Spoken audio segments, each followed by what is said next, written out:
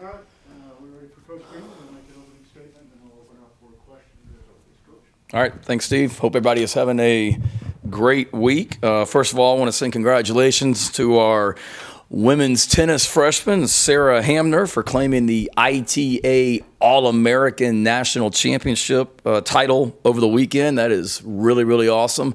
First Gamecock in program history to win that event. So congrats to Sarah. That is awesome. I know Coach Kevin Epley, does an amazing job with that program, and really excited to follow them as the year goes on and get out there and watch some tennis when things slow down over here for sure. Excited about being back home this weekend. Homecoming. Would hope that we would have a fantastic crowd out there on Saturday. I hope our fan base appreciates our players and how they're playing, the effort they're playing with. Wasn't always pretty, obviously, in Knoxville on Saturday. Nobody's happy about being 3-3, but one thing that you can't question us on is our effort and how hard we're playing. And I hope our fans appreciate our players and the effort that they're playing with and the fight that they're playing with. And there's no better way to show our guys that than being in that stadium on Saturday afternoon. And like I said after the Troy game, if you're a fan and you have season tickets and you're not using your tickets this weekend, please give them to somebody. Please. I'm doing that myself. If for tickets that anybody doesn't have, getting the word out.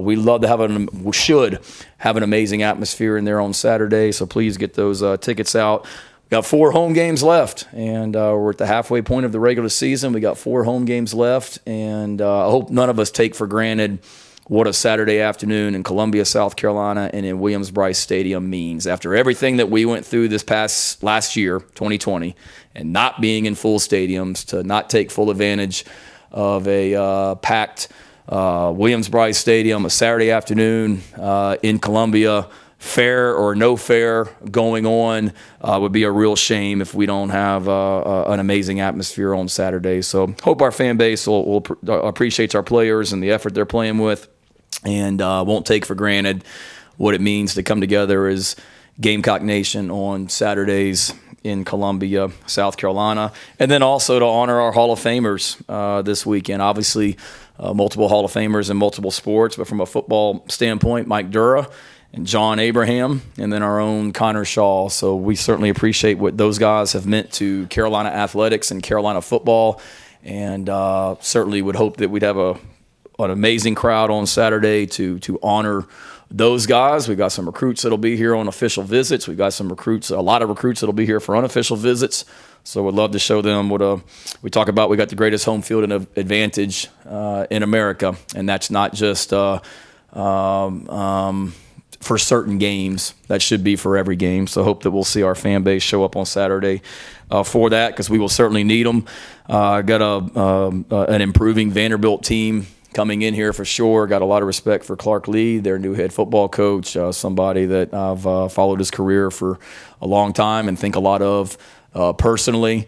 Guy that played at Vanderbilt and takes great pride in that program, that's been around winning programs, coming from Notre Dame.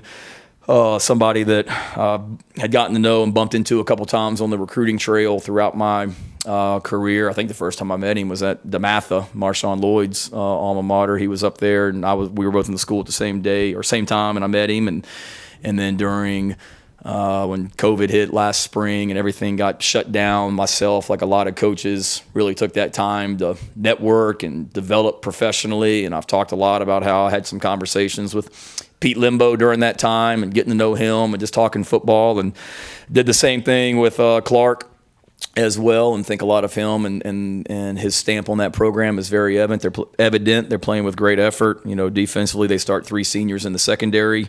The length that they have on their defense and size will be a problem, as a matchup for a lot of teams, a matchup problem.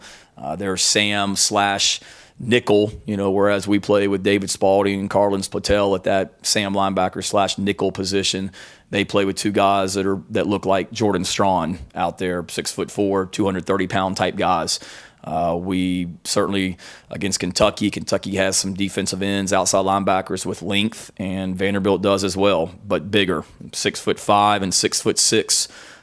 Their top 4 defensive ends. So it'll be a big challenge for our offensive tackles and our tight ends handling Vanderbilt's size and length on the perimeter, and then the physicality they play with. They play really, really hard, and that's very obvious when you turn on the tape. Offensively, I think 2 of the top 10 receivers in the SEC in receptions per game are on Vanderbilt's roster. So they've got some receivers with size as well. I know they got their best running back hurt, but the guy that's playing for them right now breaks a lot of tackles and is a really physical runner.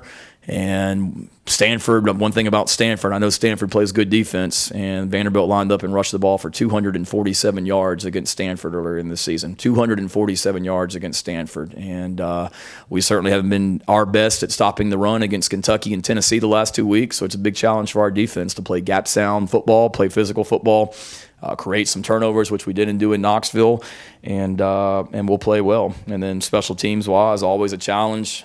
These guys do a nice job. As a matter of fact, this special teams coordinator at Vanderbilt worked for Coach Limbo when Coach Limbo was the head coach at Ball State. So we've been kidding him. It's a little bit of a teacher versus pupil matchup this weekend. So certainly he's ready for this one, and we've got to put together a great plan to go compete and try and win that phase against these guys at all. They had opportunities against Florida last weekend, 14-0 going in the score, and they turned the ball over. And then right before the half, they got a 1st and goal on the 1-yard line and aren't able to punch it in for a touchdown. You get a score there, and who knows what happens. So they're a team that's improving by the week. That's obvious when you turn on the video, and has a lot of fight in them. On the road against Colorado State early in the season, down 14-0, and came back and won the football game. So we expect another physical 4-quarter battle this Saturday in Columbia, and off to a great start in practice this week. And looking forward to Saturday. So with that, I'll be glad to answer any questions. Let me guess, we're going to David first over here in the top, right? No? We are now. All right, let's go, Dave. We're not changing routine.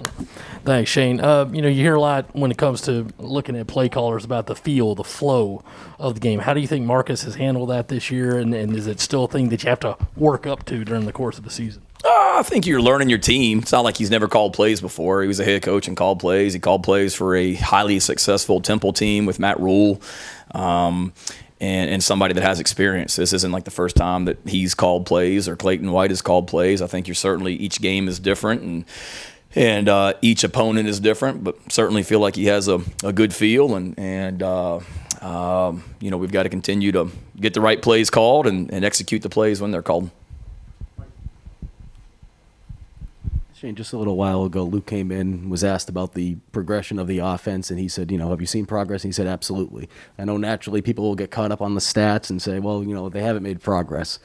Can you kind of go further and explain when he says absolutely and some of the progress you've seen since the beginning of training camp to heading into this week? Yeah, we have made progress. We're close. Nobody's happy with 3-3, and nobody's happy statistically where we are from an offensive standpoint, and even certain things from a defensive, special teams, overall team standpoint. But have seen progress and give Tennessee credit. They played well on Saturday, but I'm sure you guys have all gone back and probably watched the replay of the game and watched play after play after play from Saturday. I'm sure you did with the jobs that you guys have, and there were a lot of plays out there that, for whatever reason, receivers open and we weren't able to connect or weren't able to protect long enough, or runs that were this close to being an explosive play. So is it good enough? No. Do we have to constantly continue to work to improve? Sure, but no, I've seen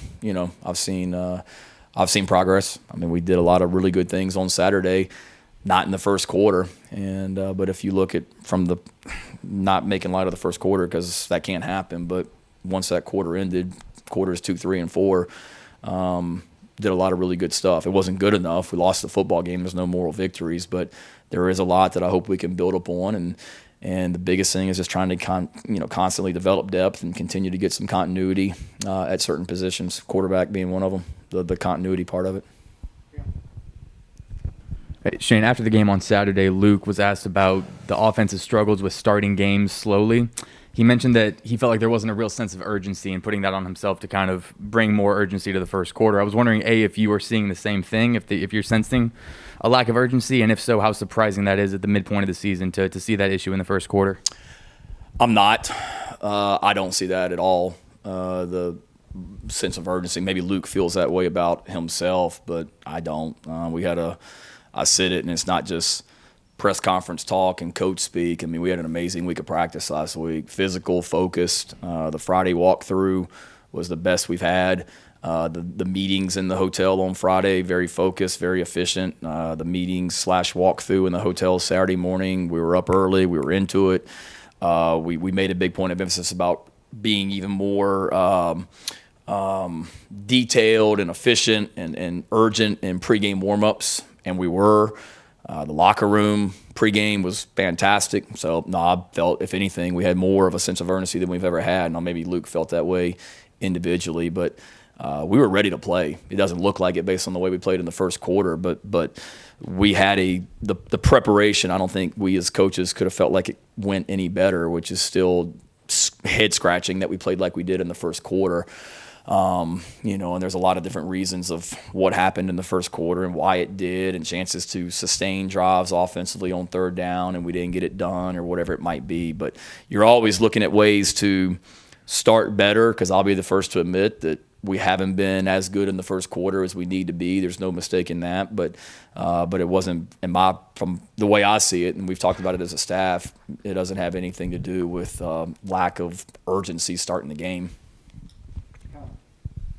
Shane, you're now halfway through your first full season at South Carolina. Where do you feel like you've learned about this team and you specifically as a coach these first 6 games?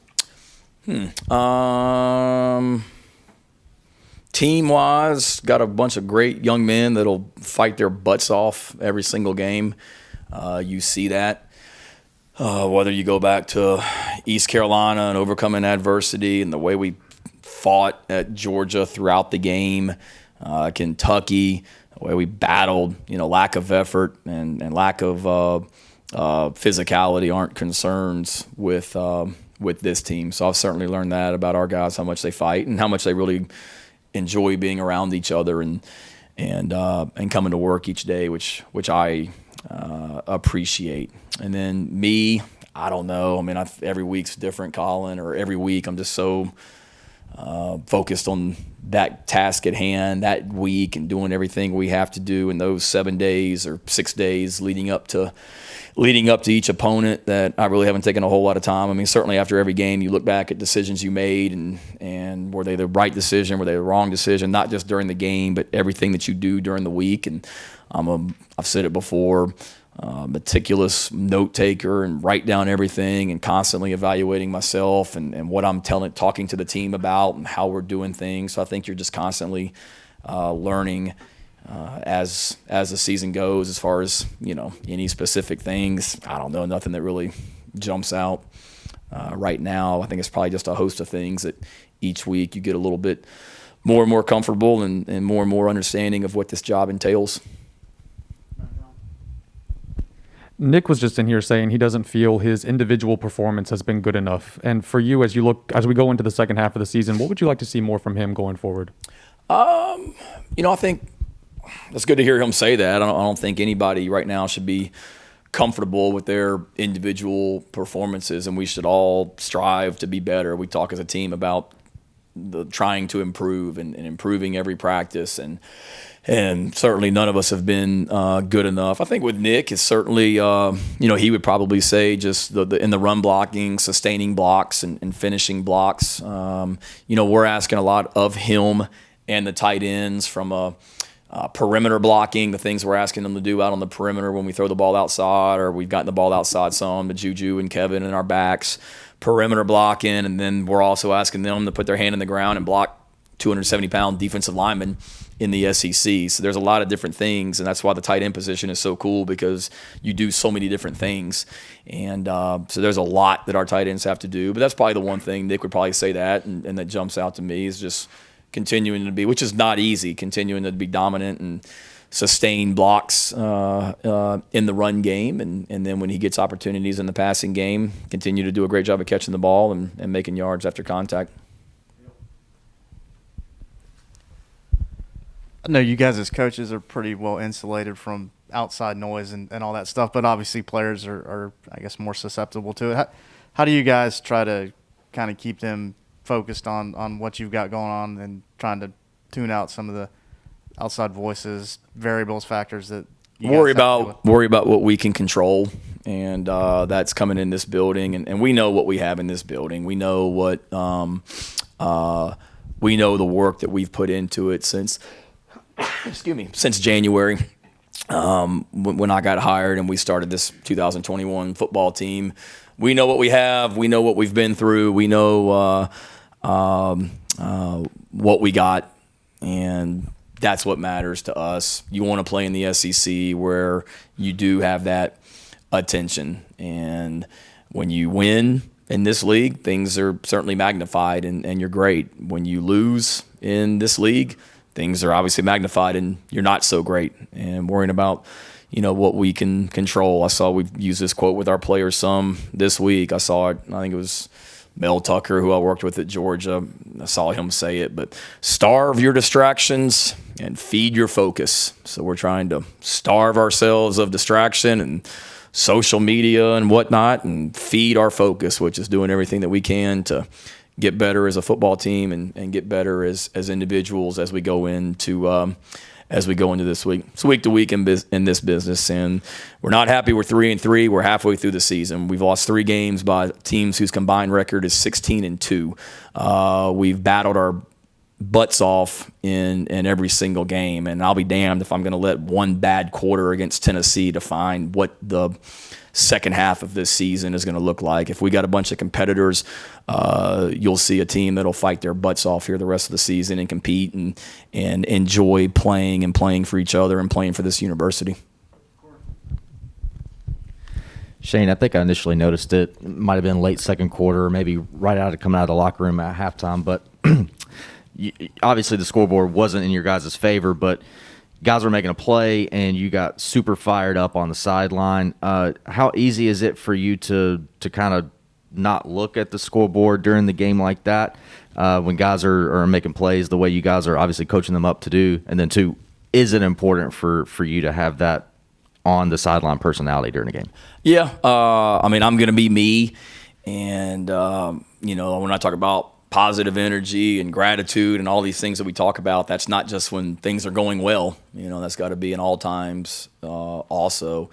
And it's not easy to do, but we always talk about don't worry about the scoreboard, just play and just compete. And when we went at a halftime, we weren't happy with where things were, but we were still – I felt very confident about our ability to go back out there and play in the second half and make some plays.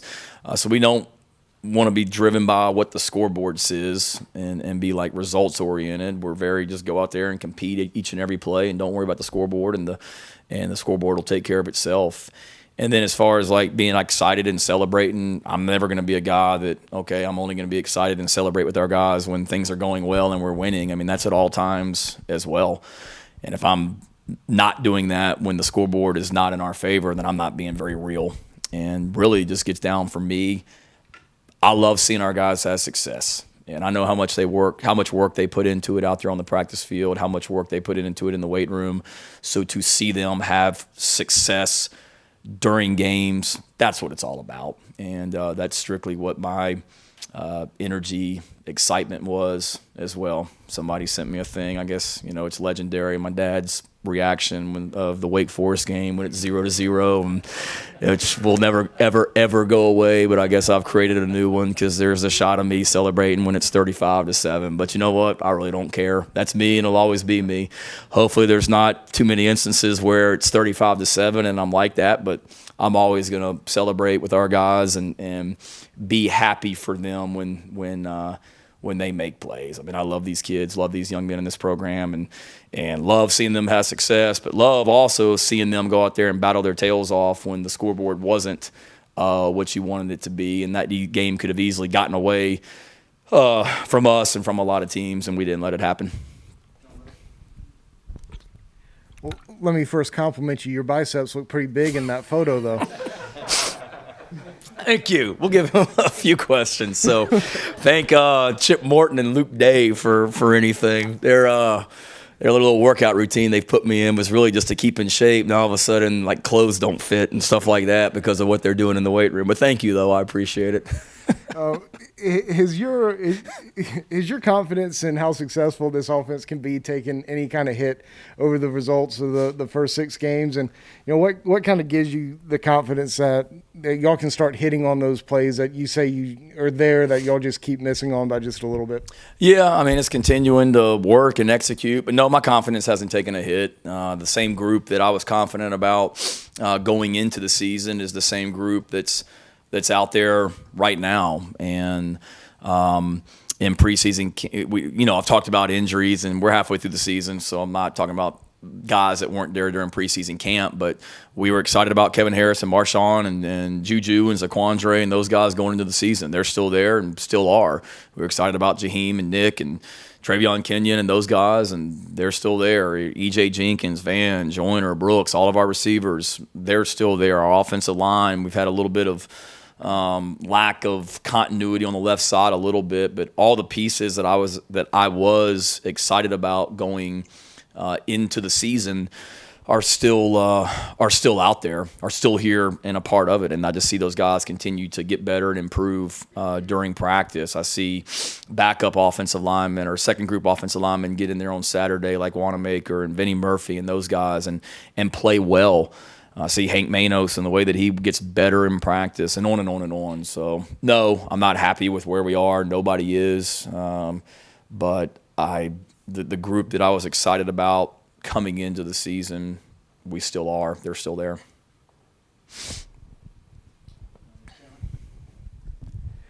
Hey, Coach. Kevin had his best game rushing against Tennessee. He had 2 touchdowns and 61 yards, I believe.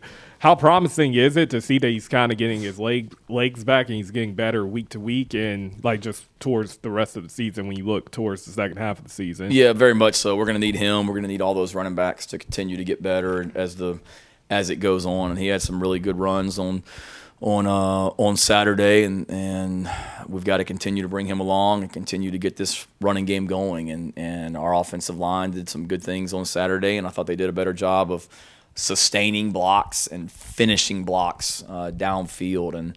And when you do that, your running game's going to look better, and we got to continue to do that. Shane, I think the win streak over Vanderbilt for you guys goes back to when you were here as an assistant. Do you kind of balance that line between, allowing the guys to feel confidence knowing they've had success against them with warnings about, hey, we still have to go out there and make it happen? Yeah, because I was here. I don't know if I think it was 07. I remember getting beat. Huh? It was fair weekend too. Was it? Yeah, you're scaring me now. But no, I remember going up to Chapel Hill, North Carolina the week before. We beat a good North Carolina team. We were 6-1. We were feeling pretty good about ourselves, and we came back here and lost to Vanderbilt at home and had a bunch of pre-snap penalties and didn't play well. So I was here for that. And then I remember what happened after that as well, which wasn't fun after the rest of the season. But every year is different. They've had a lot of coaches since then. South Carolina's had some different coaches since then. It's a new Carolina this year. It's a new Vanderbilt. Certainly, to answer your question, you want your guys confident, but I would hope when our guys turn on the tape, they also see the physicality they play with and the size, particularly on defense, that they have. And that should get our guys' attention. But, we're always going to there's a great, healthy respect for every opponent that we play, and then every single week, whether you're playing Vanderbilt or whether we're playing Georgia or whether we're playing Alabama, every single week is let's do our very best to be at our very best on Saturday, and worry about ourselves also each and every week. Whether it's getting some of the skill guys more involved or playing other guys in other areas, getting some more snaps, is there anybody else that you feel like has earned some more playing time and should play more, I guess, this last half of the season? Yeah, I'd see a bunch of guys. If you watch closely on Saturday, we played a couple more defensive linemen than we normally do at the tackle position. You saw Devontae Davis and you saw MJ Webb in there a little bit more. They're doing a nice job. Joey Hunter got in there from a special team standpoint on Saturday and did some good things. Offensive line, mentioned those guys. All those quarterbacks continue to compete and get better, and they're all pushing each other. Jason, Colton, Luke, Zeb, they all are. So I think there's a lot of guys. On Sunday evenings before I come in and do the teleconference with you guys, the last thing that we do is basically it's not really a scrimmage, but it's 11 on 11, and it's a lot of those young guys that we're trying to develop that maybe didn't play a lot the day before in the game, and they basically go against each other in a team period, and those are some spirited, competitive, get after it sessions in practice, watching those guys compete and get better. I mean, we showed a video to the team this morning in the team meeting of it just to make sure they saw how guys like Rashad Amos are running the football in that period, how Tyreek Johnson is doing a great job of getting off blocks and making tackles, how Tyshawn Wanamaker, Vinny Murphy, Hank, Trey Jones, all those guys, the way they're working on the offensive line. So you gotta, we're halfway through the season. I mean, you would hope that over the next 6 games, since we're at the halfway point, you would have a lot of guys continue to get better and take their game to a higher level. And if they do, we'll do nothing but get better as a football team. Shane, 2 questions. Do you anticipate rotating more offensive linemen into it through the game? And second of all, how close are you to figuring out maybe this offensive identity and what you guys major in over the course of the next 6 games? As far as offensive linemen, I think each week's different. Those guys are certainly practicing well, and we'll base a lot of it off practice. But I think those guys have shown that they can play at a really high level when they go in the game, and that was good to see. So we've got total confidence in those guys. And then, as far as identity, it's not like each week we're running a lot of different plays. I mean, we're doing a lot of the same stuff each and every week, and it's not like, oh crap, this didn't work against Troy, let's try this whole new run scheme. I mean, every week we line up and we run inside zone, we line up and run what teams call duo, we line up and run outside zone. We've mixed in some pin and pull. We ran some counter the other day against Tennessee. So those are, our base runs that we're always going to hang our hat on. And then a lot of the concepts that we're doing in the passing game are the same ones that we, throw week after week. I mean, a lot of the pass concepts we threw against Tennessee the other day are the same ones we threw against Eastern Illinois in game 1. But as the year goes on, we just want to be able to more definitively impose our will on people in regards to being able to run the football when we need to run it and throw it when we need to throw it. Hey, Shane, you kind of touched on it a second ago with the second half of the season, wanting to see individual guys' improvement. But as a team, beyond the record, what are you going to be looking for out of this team in the final 6 games that's going to let you know what you're building is starting to take root in season 1? I think for us, it's just maximize the potential of this team, and I've told you guys that since July and August that to me is a successful season, and if we can be the very best 2021 South Carolina football team, whatever that is, I'll be happy. And then I'm seeing tons of signs of what we're doing is guys buying in. All you got to do is watch the effort we play with every Saturday and know that these guys are playing their butts off and are enjoying being a part of this.